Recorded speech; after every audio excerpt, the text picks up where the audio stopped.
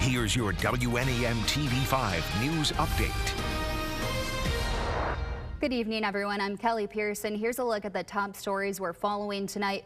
Multiple fire departments fighting a fire at the Caro ethanol plant earlier today. According to Tuscola County 911 Central Dispatch, the fire was contained to a single building. Officials said there was no danger to the public. We'll keep you updated as soon as we learn more.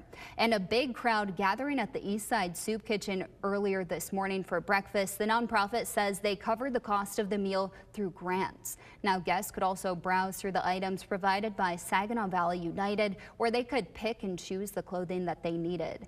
Now, this fundraiser comes as different food banks across mid-Michigan are bracing for a tough road ahead after the USDA froze shipments of food. And a Goodrich man has a new service dog that he bought by collecting cans. 29-year-old Hunter has autism and is nonverbal. His mom says she thought a golden retriever therapy dog would help him, but service dogs can cost up to $20,000.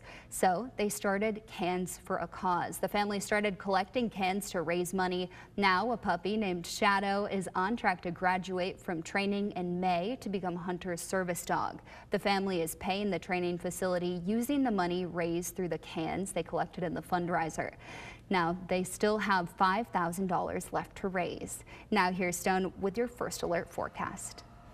Well, we've had a relatively calm day. There's been some rain chances and a little bit cooler, but that's going to change a little bit later into our night into tomorrow. We do have a severe weather chance. Hour by hour for our temperatures, though, does show will be a little bit cooler to the north through the next few hours and a little bit warmer down to the south as we continue through the rest of our night into tomorrow. Warm air is going to start to move from the south to the north. Now, the big question for tomorrow is how far north this warm air can move, because the farther north it moves, the better chance we're going to have for that severe weather chance down to the south. Now, there still is some signals it could really struggle to get this far north, so there's still some debate. We'll keep an eye on it here at the First Alert Weather Team and see how things do develop as we get more and more data. Now, as that low pressure system that gives us this chance moves out, we'll actually have cooler temperatures by Monday morning, one of those cooler days ahead. Take a look at our sky tracker right now. We do have isolated rain chances still moving through the state. This will be the trend for the rest of our afternoon into our evening, and there's also a wintry mix up to the north that has given some areas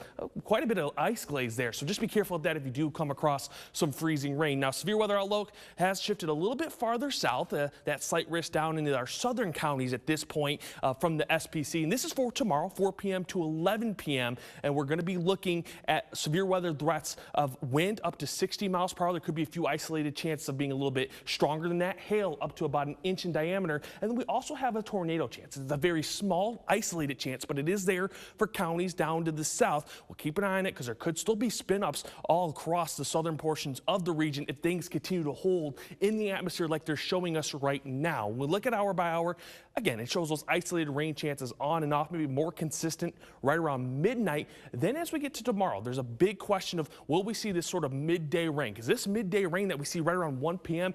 could change that severe weather chance into the afternoon. You get more rain, less chances of that severe weather developing as we get to about 5 to 6 p.m. But for this model right here in our hour by hour, it does show that rain staying north, giving us this line of showers and thunderstorms right around 5 to 6 p.m.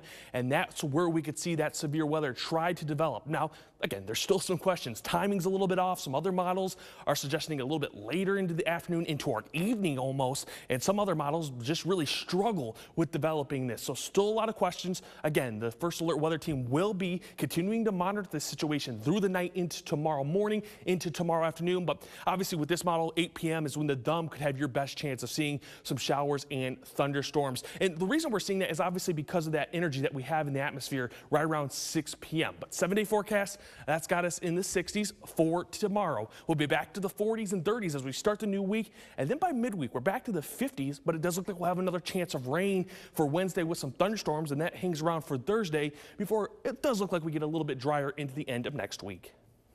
Remember to tune into WNEM TV5 on air and online 24/7 for the latest news, weather, and information.